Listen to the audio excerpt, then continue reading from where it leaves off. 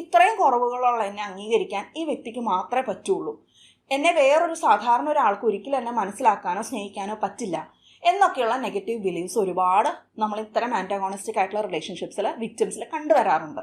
അതിൻ്റെ റീസൺ ഇങ്ങനെ കൊടുക്കുന്ന ഈ ഒരു മൈക്രോഡോസിങ് എന്നുള്ള പോലെ നിരന്തരമായിട്ട് കിട്ടിക്കൊണ്ടിരിക്കുന്ന ഈ ഒരു പോയ്സൺ ആണ്.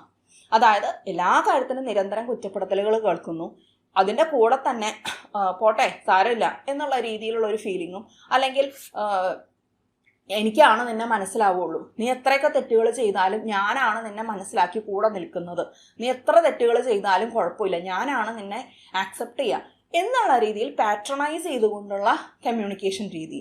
അങ്ങനെ കേൾക്കുന്ന ഒരാൾക്ക് അവനവനെ പറ്റി നല്ലൊരു ഫീലിംഗ് അല്ല. ഞാൻ കോൺഫിഡൻ്റ് ആണ്, ഞാൻ മിടുക്കിയാണെന്നൊന്നല്ല അവിടെ ഫീൽ ചെയ്യാം. അയ്യോ ഞാൻ എന്തൊരു മോശം, ഞാൻ എന്തൊരു സാധനം അല്ലേ, ഞാൻ ഭയങ്കര നികൃഷ്ടമായിട്ടുള്ളൊരു സാധനം തന്നെ എന്നുള്ള ഒരു ഫീലിങ്ങും ആ ഒരു ഷെയിമും ഗിൽട്ടുമാണ് നമ്മുടെ മനസ്സിൽ. അതിനോടൊപ്പം തന്നെ ഈ ഒരു വ്യക്തി എത്രമാത്രം എന്നെ ടേക്ക് കെയർ ചെയ്യുന്നു എന്നുള്ള കൃതാർത്ഥത. ഈ ഒരു കോമ്പിനേഷൻ കൊണ്ടുവരുന്നതിൽ ഇത്തരം സട്ടിലായിട്ടുള്ള ഇടപെടലുകൾക്ക് വലിയ പങ്ക്